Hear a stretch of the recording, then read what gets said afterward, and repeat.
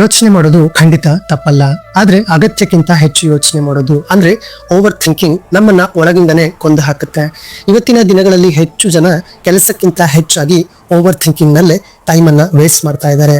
ಹಾಗಾಗ್ಬಿಟ್ರೆ ಹೇಗೆ, ಅವನು ನೋ ಅಂದ್ಬಿಟ್ರೆ ಹೇಗೆ, ಒಂದ್ ವೇಳೆ ಎಲ್ಲ ವೇಸ್ಟ್ ಆಗ್ಬಿಟ್ರೆ ಹೇಗೆ, ಈ ರೀತಿ ಆಲೋಚನೆಗಳನ್ನ ಮಾಡ್ಕೊಂಡೇ ತಮ್ಮ ಎನರ್ಜಿಯನ್ನ ವೇಸ್ಟ್ ಮಾಡ್ಕೊಳ್ತಾ ಇದ್ದಾರೆ. ಸೊ ಓವರ್ ಥಿಂಕಿಂಗ್ ಅನ್ನೋದು ಒಂದು ಗೆದ್ದಲು ಇದ್ದ ಹಾಗೆ. ಇದು ನಮ್ಮ ಫೋಕಸ್ ಅನ್ನ, ಎನರ್ಜಿಯನ್ನ, ಕಾನ್ಫಿಡೆನ್ಸ್ ಅನ್ನ ಎಲ್ಲದನ್ನ ಕೂಡ ತಿಂದು ಹಾಕುತ್ತೆ. ಓವರ್ ಥಿಂಕಿಂಗ್ ಇಂದ ನಮ್ಮ ಪ್ರಾಬ್ಲಮ್ಸ್ಗೆ ಯಾವುದೇ ಸೊಲ್ಯೂಷನ್ ಸಿಗೋದಿಲ್ಲ, ಬದಲಾಗಿ ನಮ್ಮಲ್ಲಿ ಇನ್ನಷ್ಟು ಟೆನ್ಷನ್ ಹೆಚ್ಚಾಗುತ್ತೆ ಮತ್ತೆ ಭಯ ಕೂಡ ಹೆಚ್ಚಾಗುತ್ತೆ. ಒಂದು ವಿಷಯ ನೆನ್ಪಿಟ್ಕೊಳ್ಳಿ, ಆಕ್ಷನ್ ಅನ್ನೋದು ಕ್ಲಾರಿಟಿಯನ್ನ ಕೊಡುತ್ತೆ, ಬಟ್ ಓವರ್ ಥಿಂಕಿಂಗ್ ಅನ್ನೋದು ಕನ್ಫ್ಯೂಷನ್ ಅನ್ನ ಹೆಚ್ಚು ಮಾಡುತ್ತೆ. ಸೊ ಯಾವುದನ್ನ ನಮ್ಮಿಂದ ಮಾಡಕ್ಕಾಗುತ್ತೋ ಅದನ್ನ ಈಗಲೇ ಮಾಡೋಣ. ಸುಮ್ಮನೆ ಓವರ್ ಥಿಂಕಿಂಗ್ ಮಾಡ್ಕೊಂಡು ಟೈಮ್ ಅನ್ನ ವೇಸ್ಟ್ ಮಾಡೋದು ಬೇಡ.